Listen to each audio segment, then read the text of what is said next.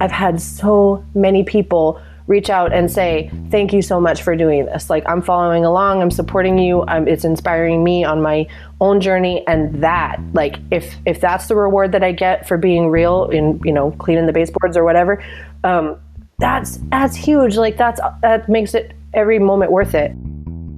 That was Beth Hornback, and this is episode number 125 of the Chopped Podcast.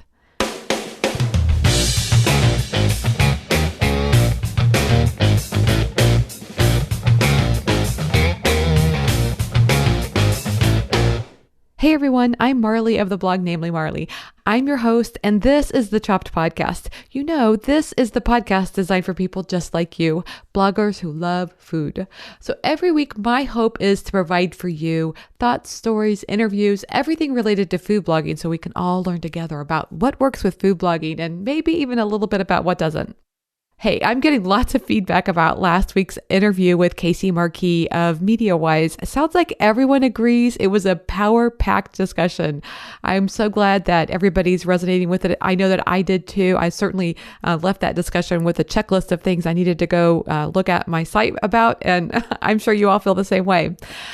So many great takeaways. And just so you know, Casey and I are working on putting together a webinar that will include some screen shares and much more to help you kind of understand what he's talking about even more, because I don't know about you, but being able to see the screen and see what he's talking about, I think can really make a big difference. So be sure to go to choppedpodcast.com and sign up for the newsletter so that you can be the first to hear about this webinar when it comes about.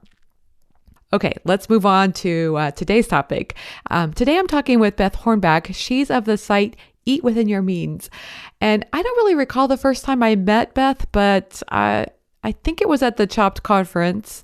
Beth, that's one of those people that it seems like, you're in this discussion with her and you just feel like you've known her forever. So I feel like that's why the line is kind of blurry. She's just, I don't know, one of those people who's just very open and real. And I really admire that in people. In fact, I know that you know this about me by now, that I have this kind of obsession with the topic of authenticity and what it really means for people and how we can be more authentic.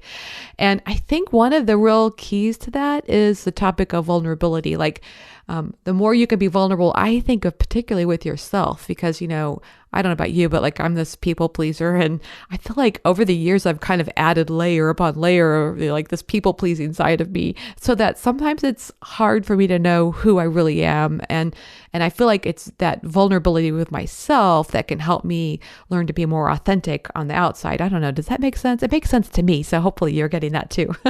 Anyway, Beth wrote a post a few weeks ago about her vulnerability with weight loss and the struggles that she's dealt with that. And I don't know, I read her post and I thought, wow, that is just really powerful to be vulnerable on such a level. I mean, she's on Instagram stories sharing her stepping on the scale and sharing her weight with people. And, as I mentioned in our discussion today, that's something like things that would cause me to have nightmares.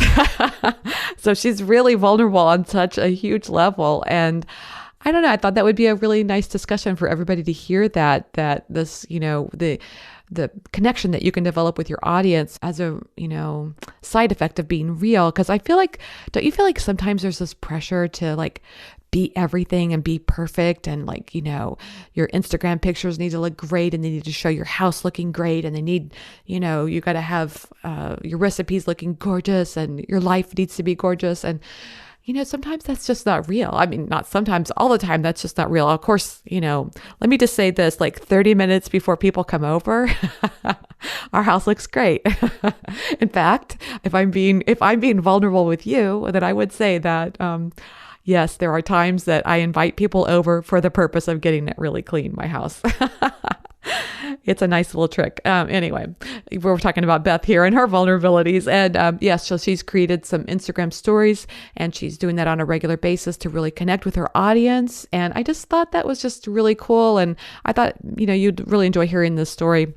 It definitely inspired me with this idea that, to take off this I don't know, like this veil I might have with my audience at times, to make sure to take that off from time to time, and, and just be yourself with your audience. And I really love this. So we also talk about viral posts, because Beth has had a few of those, and she talks about what that's been like for her, and what it's been like for her site and things like that. We talk about several things. There's a lot in today's discussion, and that's why one of the reasons I'm very excited to share it with you today. So let's get straight to it. Here's today's feature interview with Beth Hornback. Hey everyone, I'm so happy to have Beth Hornback. She's of the site Eat Within Your Means, and she's on the show today. Hey Beth, welcome to the Chop Podcast. I'm so excited to be here. Thank you, Marley. I'm so excited to have you. We've been talking over the years, off and on, and, you've been to the Chopped conference, you spoke at the Chopped conference, and I am really, really excited to have you on the show today, and looking forward to talking with you about your blog. Thank you. I'm excited to be here. Good. So let's just start with this. I always like to, help everybody know you a little bit better. Can you talk about why it is that you started your blog, Eat Within Your Means? Well, so I don't even know for sure if I could go back and pinpoint exactly when I decided on that name, or how it came about. I think I said that right. But I've known for a really long time that I wanted to have a business online, and that I wanted it most likely to revolve around food. And before I launched Eat Within Your Means, I had a couple other blogs that I tried out. And the first one was called Less of Beth, and it was my own personal weight loss journey. And it had nothing to do with food really, except that I was tracking my calories incessantly. But I got to know WordPress, and I got to know a little bit about, how to be on, how to blog basically. Yeah. But it was a daily thing. Like I did daily updates, and I did weekly updates with a video, but it was 2010, early 2010. And around that same time I was looking at, Pioneer Woman and Smitten Kitchen and Simply Recipes and all these sites, and thinking like, oh man, you can actually make a living online. Like you can do this. But those seemed so big and unattainable for me. Like for some reason, it just seemed, I think I'm a dream big person, but then when it actually comes to putting it into action, that's the part where I kind of fall down. So I just thought, all right, well, let's do this blogging thing. I'll just kind of ease into it. So I did Less of Beth. It was 10 months. After 10 months, I'd lost 80 pounds. Wow. And that's great. It was crazy. It was awesome. But then I kind of put it on hold because I got married, and I was like super excited about that. Yeah. And I'd pretty much I hadn't gotten to my ultimate goal, although I don't know that I'd ever specifically said like, this is my goal weight, on the blog at that point. So it just kind of like fizzled out. Like we moved in together after we got married. I started cooking all the time, when I, cook for your husband. And so I started eating way more than I was actually exercising. And I just got out of the habit. Along with my new life and my new house and all that, I didn't make new habits for fitness and for food and all that. So then what was it, like a year and a half later, not even, I got pregnant with our daughter Vida. And then everything that comes with pregnancy, just struggling with eating, or struggling with, having weird cravings and all that stuff. I didn't feel good. I didn't feel good to exercise. So I just kind of ate. And then I'm gaining the pregnancy weight plus probably whatever weight I was gaining just from living. And I had a desk job. I worked 40 hours a week in an office. So I was just I was the perfect prescription for someone who's just going to balloon out, because I didn't have a good metabolism. And so I'm sitting and eating and then sleeping and waking up and doing it all over again.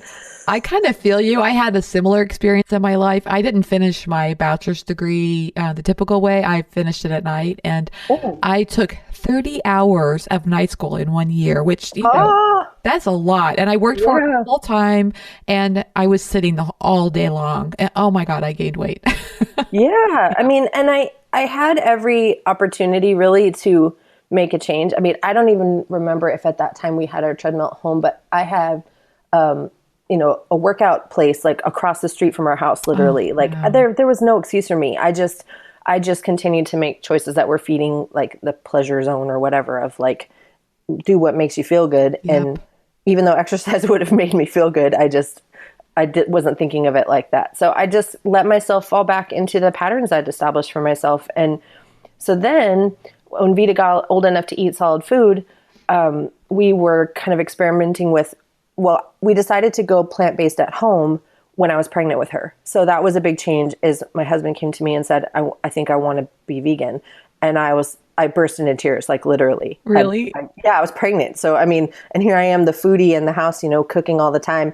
And, and I'm like, okay. But I cried it out for an hour. And then I just marched out to the TV and I turned on Netflix and I watched Forks Over Knives and I think Super Size Me. Like, I can't remember, but I watched like 2 or 3 documentaries about being vegan, like the plant-based movement. And then all of a sudden, I just was really, I haven't officially gone 100%. Like, I'll just be straight up with you. Like, I'm not vegan myself, but I'm way closer. And we eat all plant-based at home. So anyway, I just started, then when you're in that box of like, okay, now it's all this whole new way of thinking about food. I literally threw out everything out of our cabinets and freezer and fridge. I think with that day or maybe even the next day, I just got it all out because I didn't want to really, I wanted it to be a hard cut. Yeah. So then I started another blog called Veggies for Vita.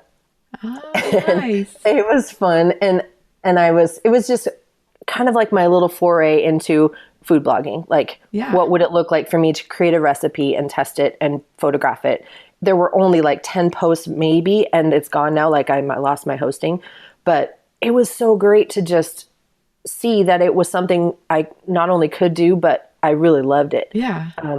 But then I thought, okay, I don't want to have a blog connected to Vita's name, because what if, A, she's not really into it when she grows up, and B, we want to have more kids. So what if they feel left out? I'm having this mother protective thing. Oh, right. Yeah, that would be bad. Yes. If you had only one child, that'd be fine. Yeah. I just wasn't connected to it in this. It didn't have the same sense of mission for me. Like, I really wanted it to have a focus. Yeah. So then I started brainstorming names, and it just hit me, the whole Eat Within Your Means idea, because the tagline is plant-based recipes to fatten your wallet and skinny your jeans. Nice. So because those are the 2 things that I struggle with the most when it comes to, living, like the everyday things of you have to cook or you have to eat and you have to spend money on food. So how can I do that in a way that would be, economic for us, but we would still enjoy what we're eating and it would benefit our health? So, that was the general approach. And I thought it was a nice focus in kind of a bigger niche. I mean, it crosses over like the finance thrifty, and but I didn't want to be a coupon site or anything like, and there's nothing wrong with those. I just knew that wasn't for me. Right. So I just basically just decided to start it. And I remember, my husband was like, he kind of challenged me a little bit when we first started, because he knew me. He knew that I'm someone who starts things and doesn't necessarily finish them, maybe before moving on to something else. And that can have pluses and minuses connected to it. And we're big Shark Tank fans. Have you ever watched Shark Tank? I have never watched it, but I've heard great things about it. It's so good. So we're like big dreamer, entrepreneur type people in our hearts. Like, we haven't actually done that yet, but we watch it every Friday. We know all the sharks, and we know, we know like how we would approach them if we were ever in the tank and all this stuff. We're always like, Shark Tank idea. But his thing and what they talk about a lot on the show is proof of concept. So he said to me, maybe you should wait to start this until you have proven that you have a method to do this, like that you can eat within your means. And I remember we fought about it, like, not like arguing, like we're not really big like arguers, but I remember having a very animated discussion over dinner going, okay, but people want to see you live it out, right? Like, they want to see you struggle through it. And so this would be a great way for me to document that. And so at first he was pretty dubious because he said, well, there's so many blogs out there. Like, how can you, what will differentiate you? So, he supports me in everything that I do. But at the time he was just a little bit like, is Skeptical. this really, like, is this how you want to spend your time? So then I was going through, like, I joined Food Blogger Pro in January of 2014. And I watched every single video on there. And I started my blog from scratch, walking through every single video, putting in all the best practices for, SEO that I knew at the time. I got involved in the community forum and just was like pouring my heart into it outside of, work and life and all that stuff. So like I'd be in bed on my iPad, like looking at the videos at 1:00 in the morning. And then on April 28th, 2014, I did my very first post. And it was so awesome. Like, I remember, this is going to make me sound like a total fangirl, but Dana from Minimalist Baker, like, I'd reached out to her at one point to say hi. And I told her that I'd adapted her recipe for vegan, gluten-free Cheez-Its. And I called my Noochits because I'm a dork. I like dorks. And she commented on the blog post. And I remember thinking, like, oh my goodness, this is the biggest deal. Yeah. Since then I've learned that, we're all just regular people doing our thing. And, but at the time I was just like, this is so amazing. And it just started. And I got totally fixated on page views, like completely and totally fixated on page views. So I was checking Google Analytics like all the time. So I did a month-long stats fast where I just didn't look at anything at all. I just posted and did my thing and responded to comments, and I didn't look at all. And we went on vacation, and when I came back from vacation, I checked, and my page views had tripled in that month. And it was because I had posted this tutorial about spaghetti squash. Yeah. There's a whole point to this, by the way. I'm establishing this now because we'll circle back to it later. But and it was a tutorial for how to get longer noodles from spaghetti squash. And someone had pinned it, someone big, I still don't know who, and it took off like crazy. Like it went wild, and relatively speaking. And so that was why I had all this traffic. And to this day, it's almost been 3 years. It's still my number one post. It represents 50% of my traffic on a daily basis. So, like, thank you, spaghetti squash. Yes, basically, I owe a lot to the humble spaghetti squash. Which you probably wouldn't have done if your husband hadn't suggested that you all have to go vegan. So, Yeah, maybe not. I don't know. I mean, I'd always been really disappointed with spaghetti squash in the past. And so I tried it one time, and it was a total accident that I discovered how to get the longer noodles. And so that was really, really fun. So so then from there, it was just figuring out how to manage it with my life. And I told you about my husband's dubiousness because like a year and 6 months in, he had been secretly tracking like my overall stats for a long time. And he knew that I was approaching 1 million total page views. Yeah. And I had no idea. Like, I wasn't even thinking about it. He thinks years out. I think like, this afternoon. Yeah. He threw me a surprise party on an October day with all my family and a bunch of my friends at my sister's house, and had this huge banner celebrating 1 million page views. And he pasted all these awesome positive comments that I'd gotten from recipes on the wall, like big, just covered a whole wall with comments. Everybody made food from the blog, and there was a cake. And I just like lost it because all of a sudden I knew he got it. Like, he knew this could be a thing. He knew I had it in me. He knew people wanted it.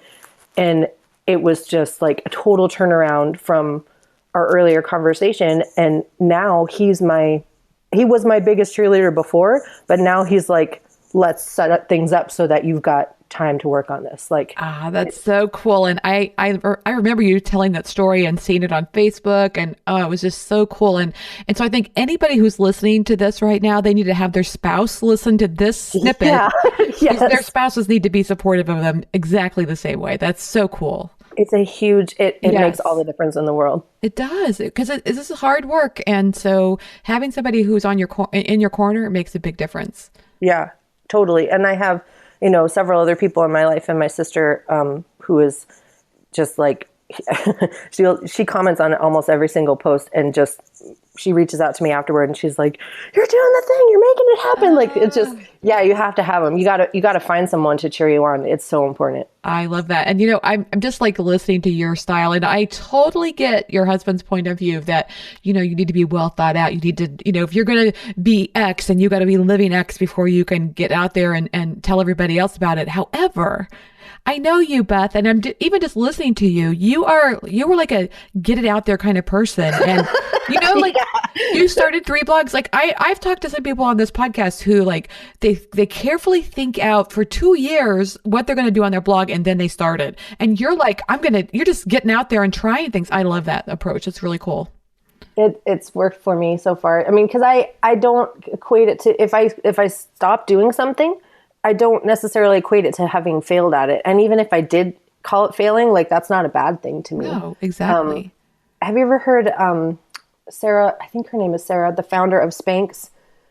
She's been interviewed about like her approach to running her business. And she told a story, I've seen it on video a couple of times, where her dad, when they would sit around the dinner table, he'd say, "Okay, what did you fail at today?" Like he considered it like a good thing, like a positive thing to fail at. That's such a great question, because I think I know for me and a lot of people I talk to, we end up at like, so afraid to do anything because like, what if we do it and it's wrong? And yeah, just letting go of that fear of failure is huge. Mm-hmm. So the other day I met someone, I'm not going to call her out because she'll probably never even listen to this. It's not her audience. Oh. But she kind of quietly behind the scenes started selling something online for a particular, it was in the education niche. And she's like, "I just don't want anybody to know that I'm doing it. Like, I don't know why I can't put myself out there." And she said, "But Beth, I made $1,100 on it last month." Wow. And I'm going, "What? This is a going concern. Like what? Like you need to do this." Like I got kind of mad at her. Yeah. like what? Like it just was the coolest thing. 'Cause I'm thinking, here's someone who has something awesome that people are buying. And she's like, tepid about putting herself out there. And I'm thinking, they're not buying you, they're buying this awesome thing you're making. But there is an element of just being willing to put yourself out there in whatever way that you're comfortable, right? Like you don't have to be, bearing your soul to everyone. But if you can give a little bit of the real you, like to the people who you're trying to reach, they're going to be so much more receptive. Yeah, it's true. What's so funny is like, I feel like, okay, so I think putting yourself out there as a food blogger in the first place it takes some risk. It takes some guts to do that. Sure. But now I find myself like, I've gotten so comfortable in the recipe venue, but I don't really have to put myself out there as much. And I've been contemplating lately doing more posts that are, things that I'm going through in my life. And I do that from time to time, but I'd like to do it more regularly. And to me, that feels so scary. Like, sure, absolutely. What if I say something and I don't say it right or whatever, Yeah. Well, so for example, the other day, so this whole proof of concept thing keeps kind of hitting me in the face because I might not have needed, maybe I started it without that and that's okay. But now I'm approaching 3 years in of a blog called Eat Within Your Means, where I'm trying to tell people how to do this, right? Yeah. And I haven't figured that out for myself. And I'm doing like local television appearances now where it's like, I'm showing up, I'm on TV and I still look the same. it's not a mystery. Like nothing has changed really. Right. Yes. And 10 pounds up or down, like it's not a big enough difference to show progress. And so I got kind of that cringe factor that would happen every time the host would introduce me. Here's Beth Hornback from Eat Within Your Means. I'm like, ugh, like, no, it just didn't feel right. And I knew that that's not how I wanted to live. But I just, again, was just kind of stuck. So over this 3 years, I've written about it a little bit on the blog, and I've always gotten really positive feedback. But writing about it and actually doing something about it are two different things. So, so this last Monday, by the time this airs, who knows how many weeks will have passed, which is kind of fun to think about. Yeah. But I wrote a post called Telling the Truth. And I basically said, like, I feel like a big fraud. Like, here I am with this blog of 3 years trying to tell you how to fatten your wallet and skinny your jeans, and I can't figure out how to do it myself. So I set up very specific goals of, I was going to lose 90 pounds in 43 weeks, which everyone's yelling at me about that, but it's 2 pounds a week. It's like totally safe to do it. Yeah. But that I just set like very specific, that whole SMART goal idea, specific, measurable, Yes. Attainable, yeah. and then realistic and time-based. So I I just went for it, because in the past I've just written about it from more of a,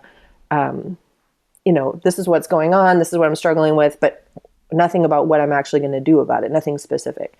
So I just started tracking. I'm using Instagram stories. It's probably the most boring Instagram story in the world, but I started taking pictures of what I'm eating throughout the day, or like doing a video of, what I'm struggling with.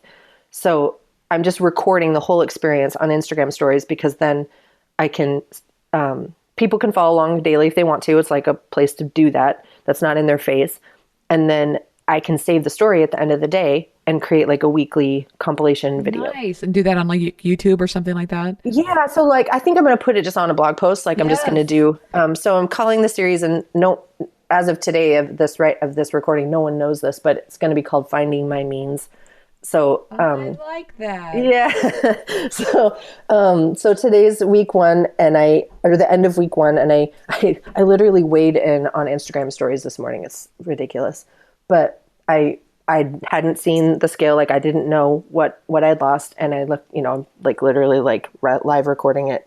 Yeah. Cause I thought that'd be fun, but there's another reason that's a good name. It's not only because it's your site name, but the mean of some data is the average, and so that it's almost like the sweet spot right in the middle, right? Yeah, totally. And so then you're looking for your sweet spot. Mm-hmm. Oh, I like that. I'm using that. Yeah. Borrowing it from you.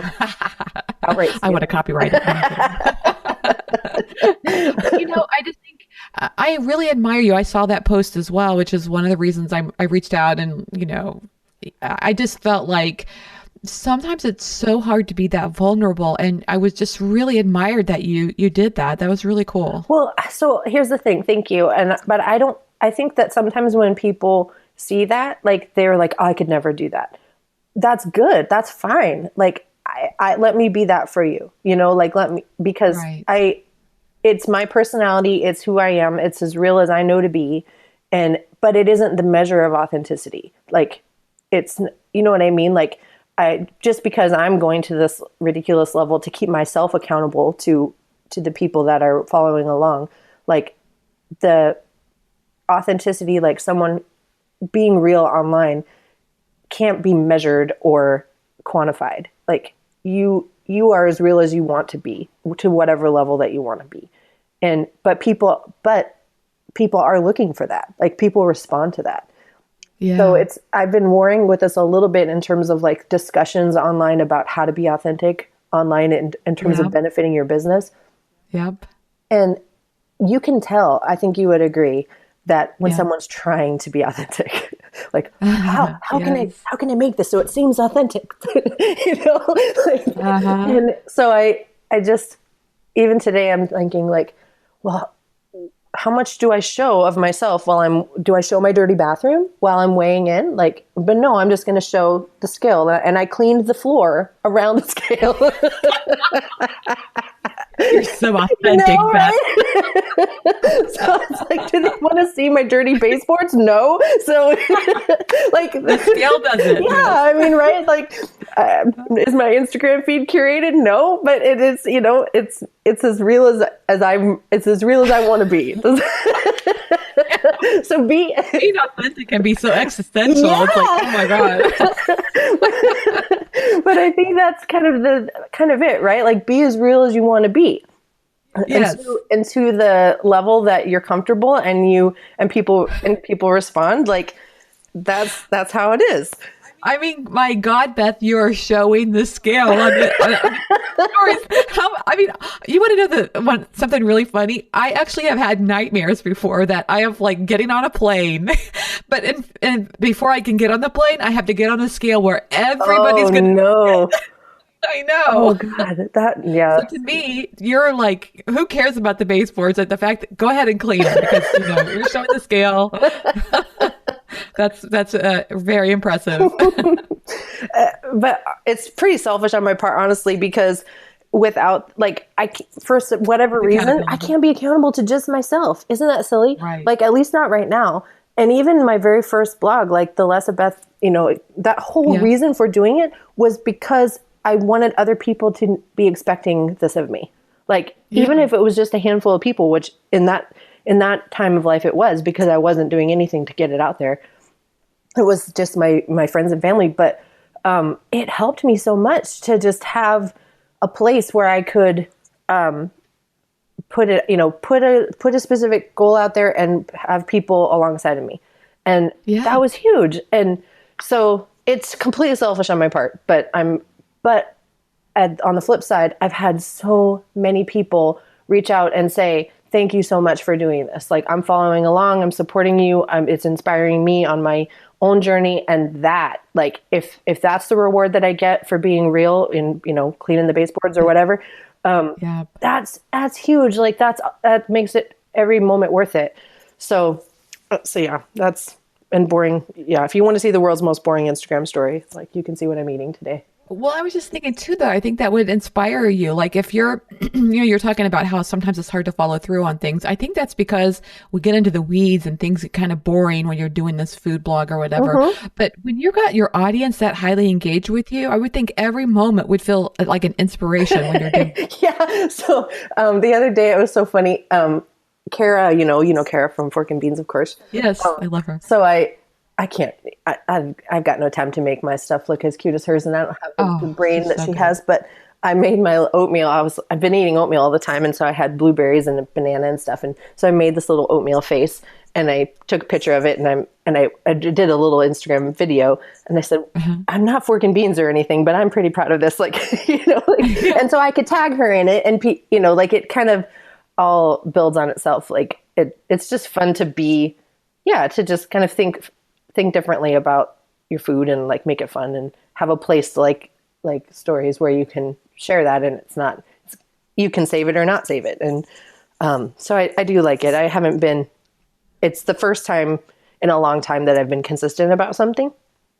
And even just a weekend, like I feel like, okay, now yesterday I didn't have time to record some of the things that I ate because I was on the road. So I literally like typed a note on my computer, and then I took a picture of it on my Instagram story and said, here's what I ate, the part that you didn't see. Like, because it's just like a food log for me too. But it was just funny. That is funny. And so here's a stupid question, but can you make your Instagram stories part of your feed as well?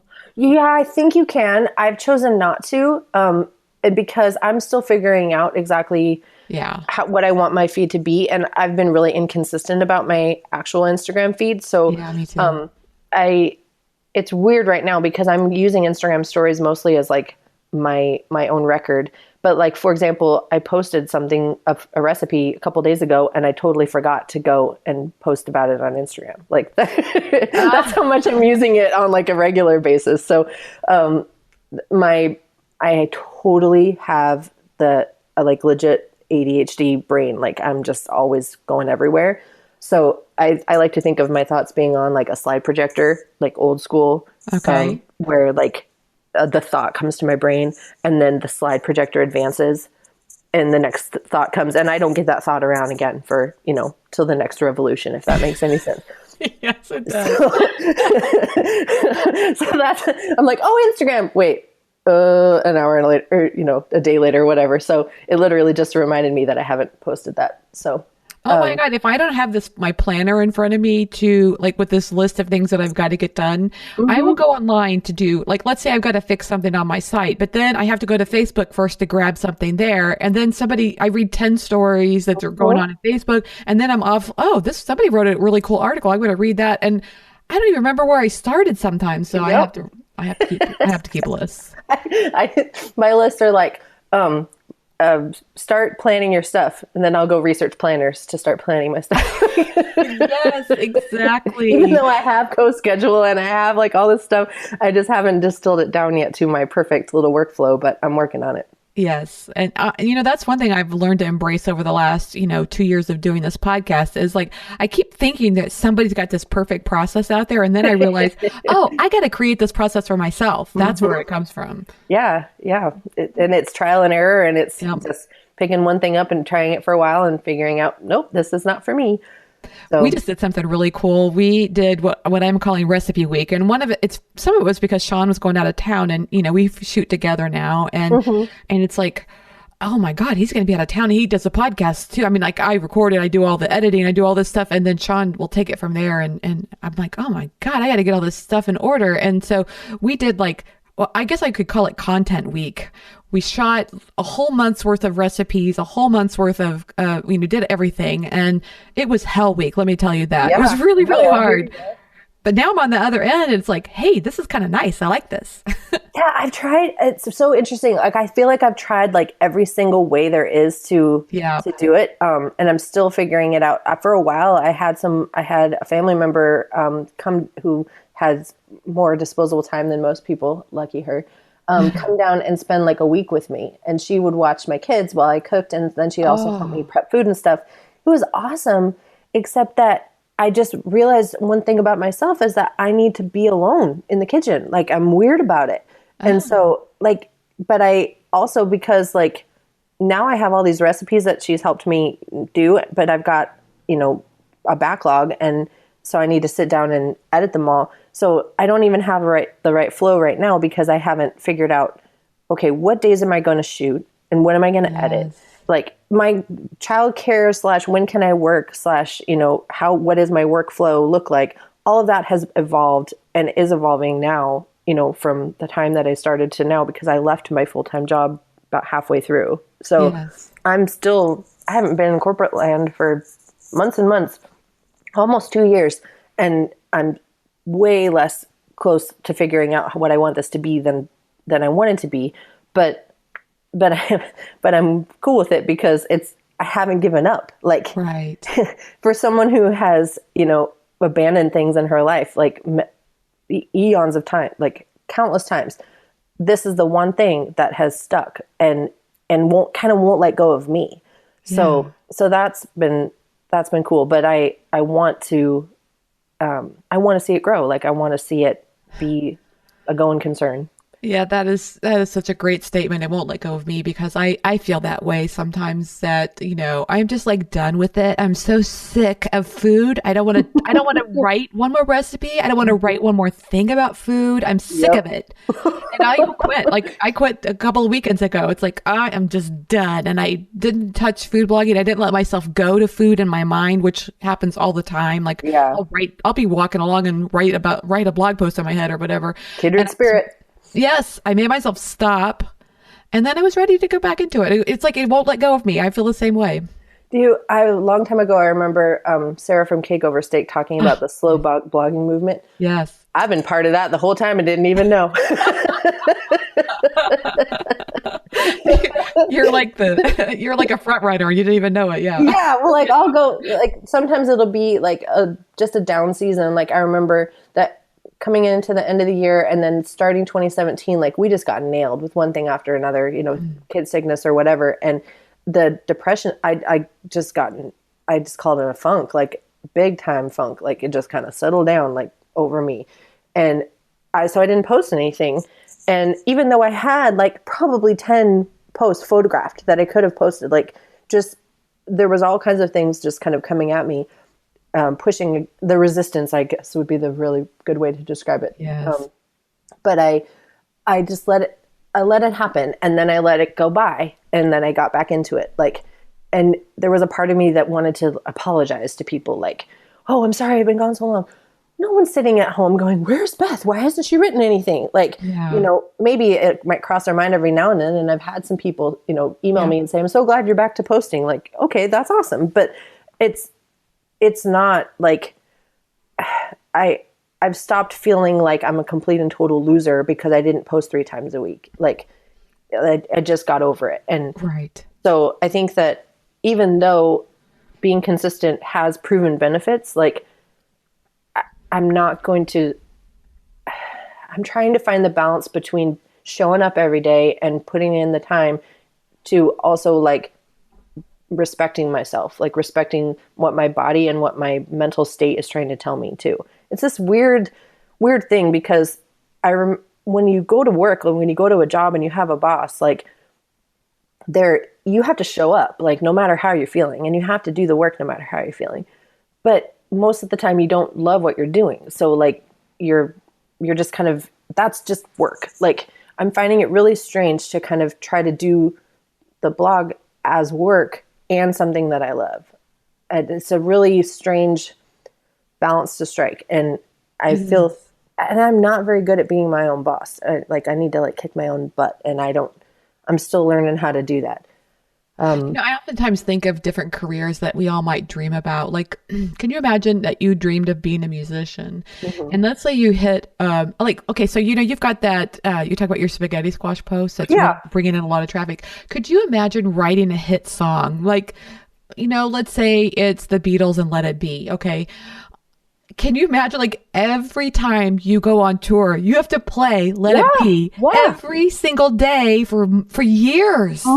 It would just, I would just think it would just drive you crazy. After a while, you'd be like, I can't sing this song again, but yet they have to because their audience wants it. I don't know, No, totally. And it's really strange because there's sometimes that I just kind of get annoyed with the spaghetti. Like, I don't want to look at another spaghetti squash. Like, I'm sick of it. And we don't really even eat it all that often because I'm testing all kinds of stuff. But in my mind, I'm like, well, if you did a post of, a series of posts of 10 awesome ways to use spaghetti squash, like that's going to drive even more traffic. And I need to do that stuff. And it's on my list of things to do. But like, I don't want to let that stop me from being, the pressure of that, like the weight of, make this post as valuable as it can possibly be, stop me from being creative and looking out for other things. So like, I did a video of the spaghetti squash tutorial. Like I did like my second video ever. I've only done two. And I've been terrible about Facebook. Okay. Like my Facebook page had like 3,000 people on it and had been like that for like 2 years. Like nothing had happened really on it. And then I started learning about how important video could be to Facebook and all this stuff. And so I shared this video and it got picked up by Super Healthy Kids or something. They got picked up by Super Healthy Kids, but probably other people too. And it went to some degree viral. Like it's like at 1.1 million views right now. It's so funny because viral is relative. Like I've heard some other people talk about viral being like 20 million. I'm going, But I've also heard people talk about viral being 2,000. So isn't it funny? Like again, it's like what quantifies viral. But that all of a sudden I got pretty darn excited about spaghetti squash again. Like, but then, that goes away. And so the virality of it happened and then it stopped because I haven't shared it again or anything. And so I'm thinking, are people sick of it? Like, are people sick of hearing about spaghetti squash? Because I'm kind of sick of talking about it. But then every so often I get a comment like someone shared it with someone else and it was still the first time they'd ever heard about it. It's not like it's reached the final end of its audience. Like it just isn't. There's still people in the world who haven't seen that there's this awesome way to cook spaghetti squash. And I'm not the only person in the world who's ever shared this particular method either. Right. Find that out after the fact, but that you're not the most original, unique human that there ever was. Like someone else had this smart thought too. It's funny. I think of two things when you say that. One of them is the topic of promotion, which, it's really, I struggle with that as well, but I have to kind of I try to remind myself of this person that's out there that may be looking for what I have to offer. And that's, so yes, maybe I may annoy a few people, but I'm trying to get to this one person. So, hopefully the people that know me will get over that. Like I've honestly found that tutorial posts, like how to do X thing when it comes to food, are the best performers for me. I have a couple recipes that, that are strong contenders too, but people are searching for the best way to do something and they don't necessarily click on the, the first or second results on the page. And so, or they will, and they'll try several things. So like I have a how to cook quinoa post, and it is different than most tutorials because it has a different volume of water called for, and it results in better quinoa in my opinion. But I have people, just today, I had someone comment on my recent like truth telling post about the weight loss journey thing, saying that she found me because she was looking for how to cook quinoa. And so, she's seeing a most recent. And so that's cool. Like, you don't ever know how you're going to reach people. And I could have said, like, there's already 10 million tutorials about how to cook quinoa. So why would I put that out there? Well, no, no one said it like I can say it. Like, hello, my voice, so that sounded way more braggy than I wanted No, to. I don't think it sounded braggy at all. I get it. I totally get it. I was like, whoa. You're talking about your own unique take on that recipe. Your voice, right? Everyone's talking about be authentic, use your own voice. And the best thing that I think has come out of this whole experience for me and why I keep doing what I'm doing is that people have reached out to me and said that they'll continue to read the blog because of the writing, which I just write like I'm talking to my best friend. Like, I write how I talk. Yeah. And that has been a really surprising and wonderful outcome of this, because I spend more time on the writing than anything else, but I wouldn't call it like Pulitzer Prize winning writing. I mean, it's just conversational, but it gets to people, like the people that, and the fact that there are people who have written to me and said, like, I look forward to the things that you write, or you made me laugh, or whatever.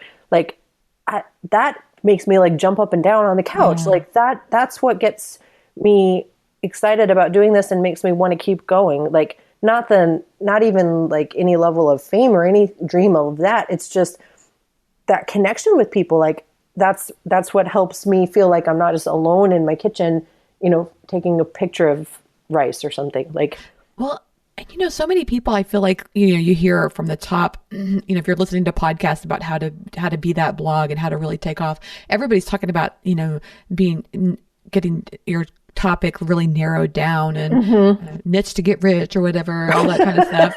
Niche, please. Yeah, exactly. Did you say niche brain? I said niche, please. Niche, please. Yeah.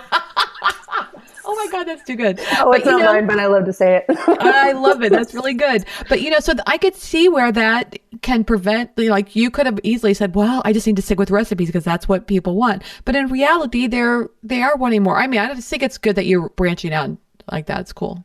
Yeah. I mean, I still think that I haven't even scratched the surface, honestly, on what I want Eat Within Your Means to be. Like, I think because there are still things that I'm trying to figure out, like weight loss aside, like, the whole flip side of it is the fat in your wallet side. And I haven't even, like, all of my recipes can be made, they're affordable, but I haven't really like zeroed in on what makes this a fat wallet, idea. Like, how can you specifically go out there and save money when you're cooking? And a big part of it is meal planning. And I haven't figured that out yet either. So, that's, I think the fun part about this next season is especially related to kind of connecting the journey of the weight loss with the food, like making the whole thing work together, is,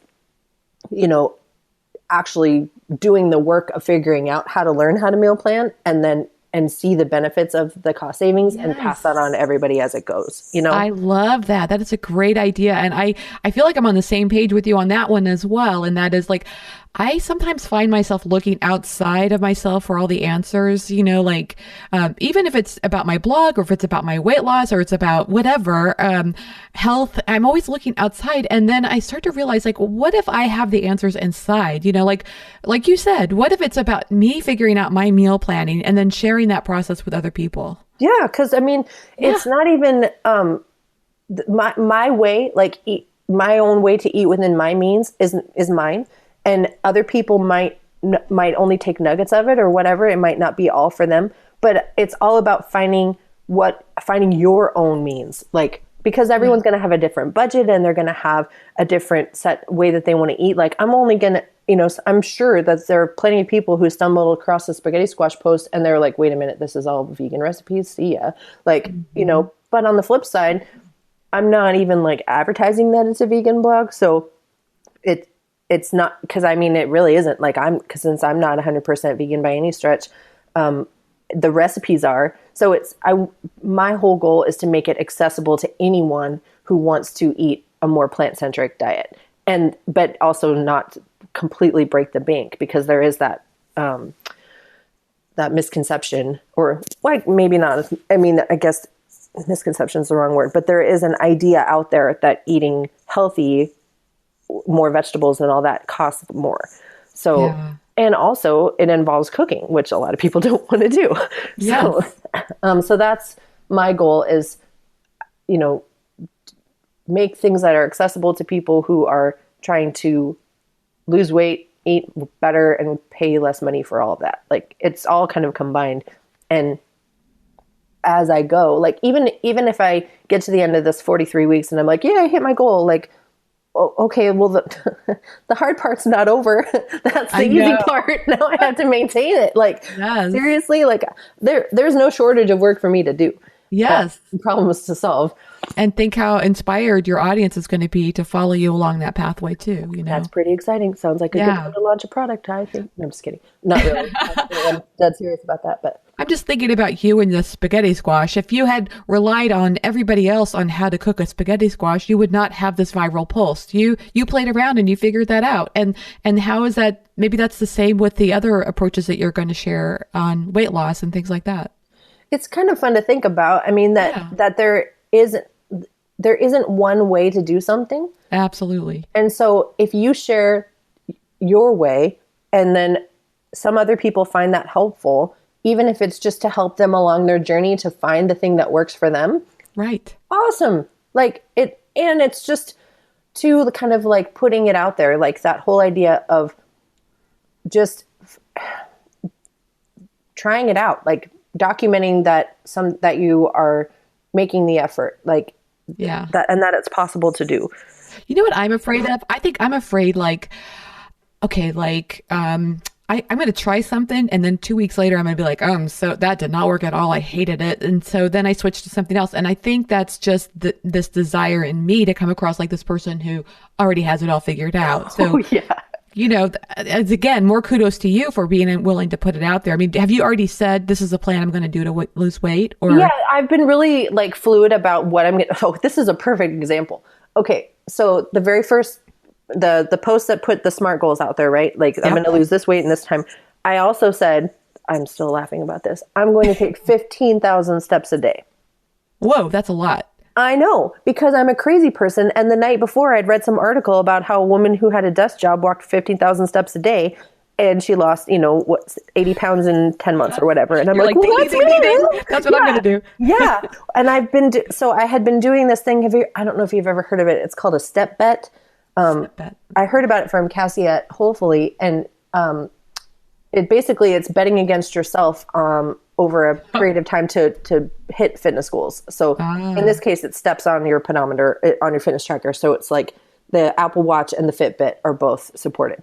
And so you pay $40 and you join a bunch of other people who are all trying to hit this goal and bet against themselves. And however many people drop out in a 6-week period, the rest of you share the pot of the $40. Wow, minus how whatever. Cool is that? Yeah, I mean, it ends up being like maybe $10 or $15 more total, if that. So you get a return of like $10, but it's accountability, and then you're tracking your stuff. And so I was hitting my goals, but they were nowhere near 15,000. And then at the same time, I was getting plantar fasciitis or some sort of related heel pain, like. Just kind of, it literally came like within days of me having plunked down the money for the step bet like a month ago, and then getting started. And so here I am, I can't walk, like just regular, just walking, like for real, like this is not cool. And so I'm having, frustration about that, but I'm seeing it get better. And so I had walked like, I don't know, 11,000 steps the day before I made those goals. And I'm like, okay, I can totally do 15,000 steps. So here I find myself on it was last Monday in March. And I was walking on the treadmill at 11 o'clock at night, trying to hit 15,000 steps. Before midnight? Yeah. And my heel was hurt. Well, I'd already passed my step bet goal, but I just wanted to have my 15,000 met for the day. And I'm thinking, this is not going to work. Plus my heel is really hurting. Like how, and then the thoughts come of, well, I just completely abandoned my goal and what the first day, are you kidding? And so then the next day I got to like 11,000 and it was really hurting. So I decided to try some yoga instead. Yoga hurt. Like, so this whole week has been really hard because from that perspective, because I'm realizing the fitness part of it is going to take some time. Like I probably won't do the same thing the whole time. Cause the first time that I did the weight loss journey, and I really, my goal in all of this is to have this be the last time. I know everyone says that, but it's really true for me. The last time plus maintenance. Like I look at people like Liz from the Lemon Bowl and Andy Mitchell, and I'm like, they're doing this. They've been doing it for years. Like I know this is possible. I know day in, day out, like I can make this happen. I can be that story too. So I'm believing that about this part of it, but I'm already hitting exactly what you talked about of like, well, I'm trying this and it's not working. No, that's real life. Like it hit me this week that I'm not trying to say, follow this regimen. Like I'm saying, keep going, find what does work. Like I'm probably going to have to hit a pool this week, and I hate swimming and I hate getting in my bathing suit, but it's the only thing that I'm going to be able to do to burn any calories right now. Because your heel hurts so bad. Yeah, until I can get the foot stuff worked out. And I hate going to the foot doctor and spending the money, like all of it. Like I'm letting those things be obstacles, or as they would say on Oh Brother, We're Out There, obstacles. I can't not say it like that. But, I really, I'm listening to this and just totally getting all kinds of, ways we can even apply this to food blogging, because it's so easy to create goals that end up keeping us busy, but they're not necessarily effective. I mean, in other words, if getting those 10,000, 15,000 or more steps in a day was helping you reach your end goal, then beautiful. But if it's not, and it's taking up time, then I don't know. It's great to change course. I love that. And I admire that in other people. I need to admire it in myself, I guess. I mean, if you think about all the jobs that you've had in your life and all of the different relationships that you've had and all of the maybe even houses that you've lived in, like change is just a part of living. Like it is a journey thing. Yep. And everyone wants to read the self-help books that give you this prescribed formula. Yes. But I bet those people don't even follow that plan anymore. Yes, exactly. And then, in 3 more years, they're going to write the next New York Times bestseller of like why this method doesn't work anymore. And here's what I'm doing now. Yes. Because our lives change and we change as people, that we have different circumstances in our lives that make things easier or harder to follow the same path. Like you can still find a way to cover the bases, like move more, eat better, like general categories of things. How you get to that point, who cares? Like do what works. What works today might not work tomorrow, and that's totally okay. I don't know if you listen to the Rich Roll podcast or not. Nope. Well, his wife, Julia Pyatt, she has her own podcast too, and she is on his show every now and then doing like an Ask Me Anything kind of format. And she's been on this podcast too, but she recently said something that kind of struck me as, oh wow, I got to think about that. But her point was like, if you are in alignment with yourself, and that is like meditating, being mindful of how you feel and where, connecting with yourself, right? Then you are going to be doing things that are in alignment with yourself. So I kind of felt like when I have those times where I'm letting my inner 7-year-old take over and like eat all the cookies, you know what I mean? Like I really feel like I totally feel like that's my inner 7-year-old. Like I want a cookie, just like if I can get more in alignment with myself, I can handle those moments so much better. Yeah. And I mean, I think being cool with being who you are, like embracing the things that make you you, like not trying to put yourself in a situation where you're just like some other blogger. Like for example, for a long time I worked for Food Blogger Pro. Like I was connected to people who were proving that you could do it in and out, like every day, that whole 1% infinity idea. Yes. And I felt like, oh, well, if I'm not doing that every day, then I'm not going to be as successful as this or whatever. And it's a fallacy. Like, yes, absolutely. Applying the principles of, being consistent and showing up, like it will benefit you in the end. But just because you're not doing it exactly like somebody else, like showing up all the time, your version of showing up consistently might be a little different than somebody else's showing up. Like Right. for me, it's falling down and getting back up again and wiping off, the dirt on my butt and just moving forward, like, and not letting it settle on me that, oh, well, I haven't posted in a month and a half and everyone's going to think I'm a big fat loser. Like, no, like, just keep going. Like, you can't let that stuff hold you back. And I have for a long time, like my whole life. Like, if you believe that because you didn't hit these particular benchmarks or because you didn't, follow this particular protocol, like, then you don't have it in you. BS. Like, no, like, life is about falling down and getting up and trying again, like, period. Yep. So that's been, and that's not to diminish the advice that I've gotten and seen other people have success in. And there are also people who are more suited to, have a more regimented lifestyle. Like, that's their personality. Mm-hmm. So finding that balance, finding the things that make you, this can sound like kind of woo woo, but like, like unique, find the unique in you. Like, it just truly, like, there is something for everyone.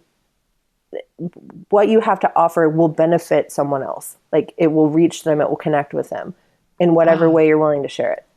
That's what you're saying. In other words, be yourself on your site. And I think what I'm hearing you say too is go ahead and, if you feel comfortable, share your vulnerabilities and don't feel like you have to have all your, stuff together before you start sharing about it. I think that's good. People love it. I mean, and people feel, I think maybe a little, and I'm not trying to convince other people to get out there and like do what I'm doing. Like, that's not what it's about. Like, in terms of like being as real as, wiping down the baseboards and showing the skill and all that. Like, I'm not saying that's what makes it a valuable thing. I'm saying someone else could benefit from someone just showing the journey, like, right, being visible, like, because they're going to be behind the scenes going, okay, I'm seeing that someone else is doing this. Like, so I know I can do it too.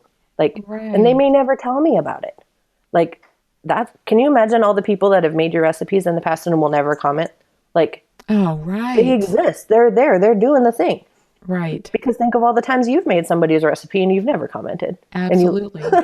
Yeah. I mean, they're the people that you're reaching by just being yourself on the internet in whatever way that you're comfortable with that. Like, they exist and they will benefit from it, and you will benefit because you will get the people who give you the feedback too. And another thing I like about that is that I feel as there's more pressure in, as far as SEO and what Google's looking for in recipes. And there's that kind of mathematical formula of blogging that feels like it takes a little bit of us out of it. It's a little bit more about the recipe and less about us. And then this approach really, it's like using social media as a tool to kind of reconnect with your audience. And it's just beautiful.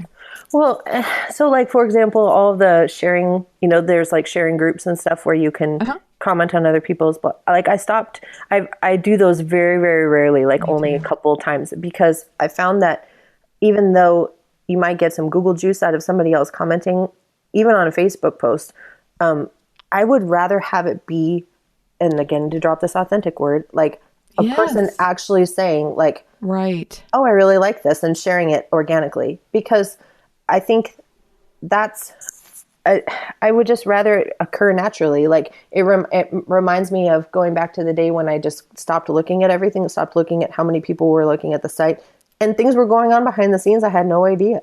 Like, let it be, put it out into the world. Yes. And by putting it out in the world, yes, there's some promotion involved, but in a non-smarmy way. Does that make sense? Like, absolutely. Not trying to play the system way. Just Addie and I, we go to Unity Temple on the Plaza, and I like to clarify that this is like a non-church church. It's like we're neither one religious, and so it's a non-religious church. But anyway, the minister told this really great story. He said that there is a plant in Asia that it's some kind of flower, I think, and it doesn't do anything. You plant it and there's nothing. They've studied it under the ground. Nothing happens. And they actually looked at the seed and nothing's happening. And then all of a sudden, overnight, it just blooms. Whoa. And his point being that sometimes what we're supposed to be doing is planting seeds, and we can't always be responsible. I mean, as a gardener, you're not like growing things. You're creating space for those things to grow. Yep. And I love that because it really does put our thought on, are we having sunshine? Are we having the water? Do we have the ingredients there and the seeds? But then you have to kind of let things go and they sprout or they don't. Yeah, 100%. That makes so much sense. And also like that whole idea of back to the whole, hit song thing. You are going to have a certain number of recipes or posts that really get out there and like go like crazy, and then a whole bunch of the rest of them are just going to be like singles or some of them might even be strikeouts. Like, yes, I'm borrowing a Bjork Ostrom analogy at this point. I'm just totally stealing that from Bjork. I just want to let you know. Baseball. It has to be about baseball. Yeah, this is his analogy. Is like you're going to have home runs, but then a whole bunch of singles, doubles, and triples. Like, and strikeouts. Yeah, totally. But it's like you're at the baseball game and you're seeing it all. Like you pay the money and you go. And you go and you see the boring stuff, and then you see the excitement, and the stands go wild, and everybody does the wave. Like, yay! Think about the best hitters in baseball. Usually have between a 300 and 400 batting average. That means out of 10 times at bat, they are not getting on base at all. 7 to 6 or 7 of those times. Mm-hmm. That's a lot of strikeouts. It's a huge amount, and not to diminish the work that we're doing, like, right. Just if you put a post out there and you might think it's like your best post ever, and it probably is, but just because other people don't, see it that same way, or it doesn't go crazy right when you want it to, like that doesn't make it any less of an effort or any less valuable of a time. It's leading you forward into what you're doing next. And I think if anything that I'm learning about this journey, my personal experience of it, and hopefully what other people get out of it too, is that it's about what you do when you get up. Like, and it's about the getting up, like not letting the one time that you strike out sit you down, or even like the 20th time you strike out sit you down and be like, well, I'm not good at this. Yes. This isn't for me. You'll know in your heart if it isn't for you. Like, that's a totally different thing. Like, remember talking about like, this isn't giving up on me. It won't let go of me. Yes. That's how I know. Like getting an email from a reader, getting a comment that somebody made a recipe and served it to their family and they all loved it. Like those are the things that keep me going. Not just that, but even just like how I feel about it myself. But getting that feedback, it's clinging to me. It's pulling me forward. It's saying, do this thing now. In 5 years, will I be doing this? I don't know. But I'll know that I will be doing the thing that gets me up in the morning, like gets me, or, eventually up in the morning, because I don't like it in the morning. But, like it is, there's a difference between doing something because you love it and being drawn to it, even if you're not great at it to start, and like doing something because you think you have to, like, or because you're what you're supposed to do. Like if you're taking pictures of food and writing the recipe and you hate every moment of it and it annoys the crap out of you when somebody leaves you a comment, like, hey, guess what? Food blogging is probably not for you, and it's okay to admit that and find the thing that you love to do. Like that's totally okay. Right.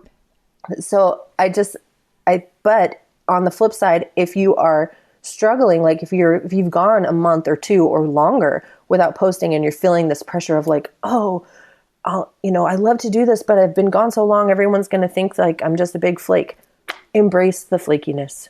It's really okay. Like embrace the flake. Yeah. Be a flake. It's cool. Like, because there are a lot of flakes out there that were going to be like, oh, another one like me. Yay. Like, Yeah.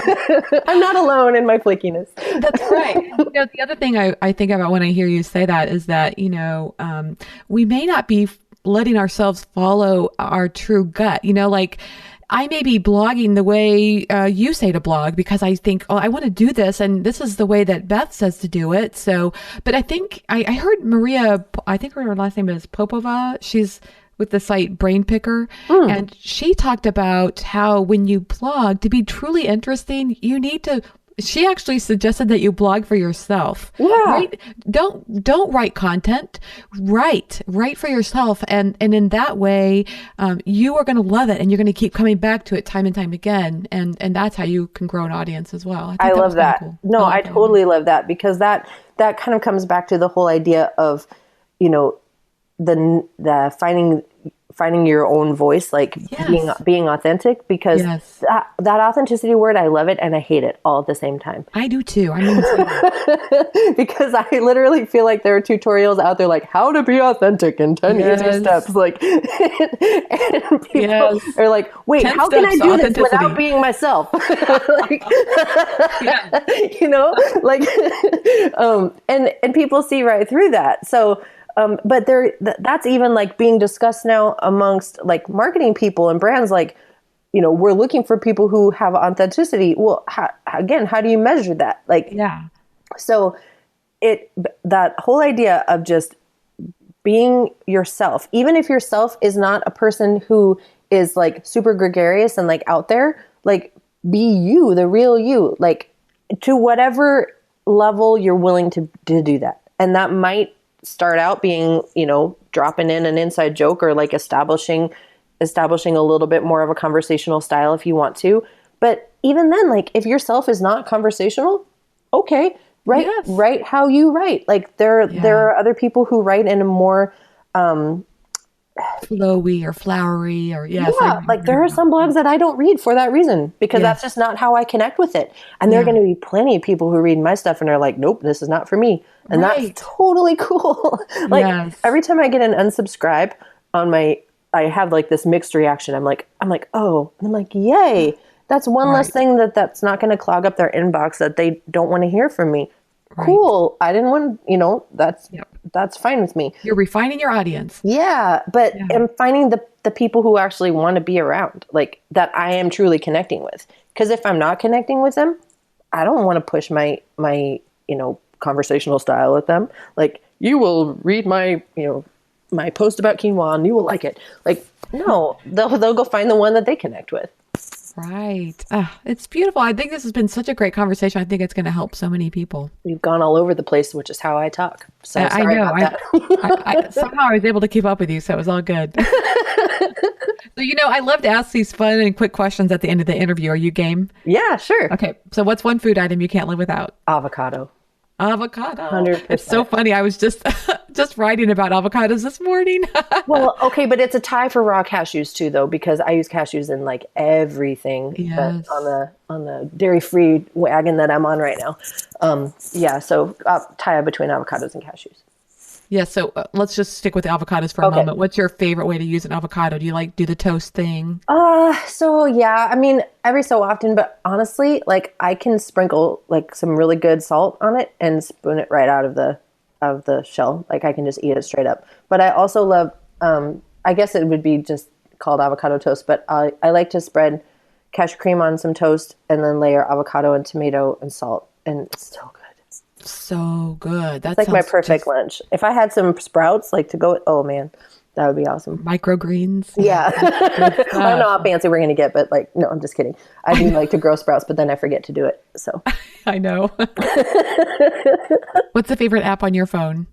Well, right now I'd say it's Instagram because of Instagram stories, but I think that's probably it right now. Excellent. Instagram is your favorite app?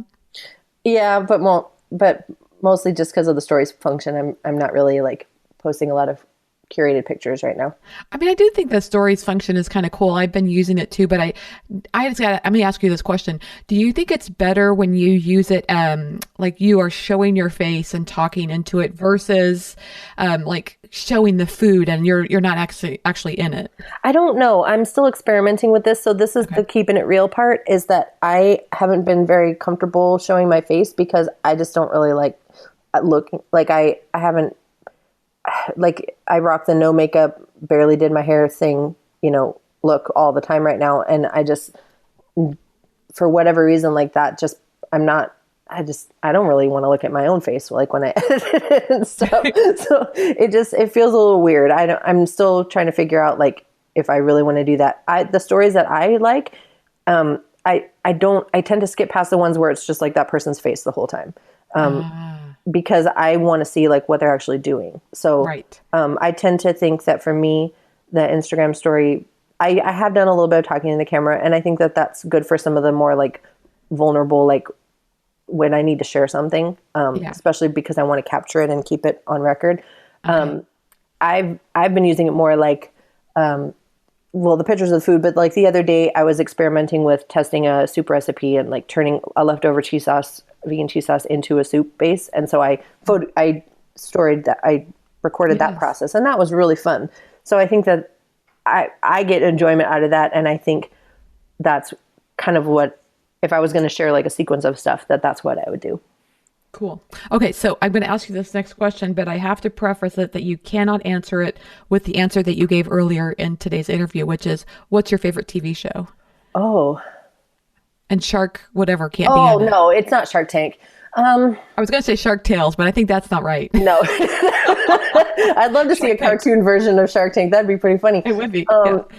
Okay, so if we're talking like of all time, I'm thinking it's a tie between The Office and Friends, because I'm the biggest Office nerd that ever was. And I used to watch that show like a crazy, like I could listen to it in my car on Netflix, like, because I'd seen it so many times. Like I could know, I got new nuggets out of it because I had already seen the episode. So when I was forced to just listen to it, I'm like, oh, I never noticed that part before. So I can quote that like crazy, but I've been on a break from it for a while because I'm obsessed with Friends. I don't know why. I know it makes me super, like, I think basic is the right word. Like that's that trendy word that's going around. But like, yeah, I love Friends in the background. I can watch it all the time. It's a great show. Real life, like right now show, like on is This Is Us. This Is Us. Yeah. It's like tearjerker. If I want to cry, like get a good cry, pull out the Kleenex, like, and who doesn't want a good cry? I pull that show out, but I really relate to it. And I especially relate to, there's a character named Kate who's overweight and who's battling her weight. And, it starts out with her, the show starts out with her. And I love it. I love the whole thing. Oh, that's so cool. Okay. So how can people find you online? Okay. So I'm at eatwithinyourmeans.com. That's the blog. And then on Instagram, I'm Eat Within Your Means also.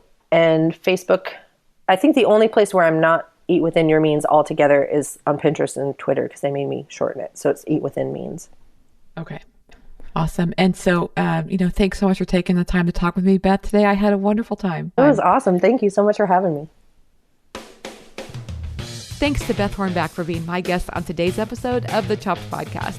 Be sure to go to choppedpodcast.com to learn more about today's show, and also so you can sign up for our newsletter so you can hear the latest on all things coming your way from the Chopped Podcast. Thanks so much for your reviews of the podcast on iTunes and Stitcher and social media as well. You know, all these things really make a big difference and help the show out a lot, so it's greatly appreciated. You inspire me, and I hope today's show was helpful and inspirational to you as well. Now, go forth and be your best you.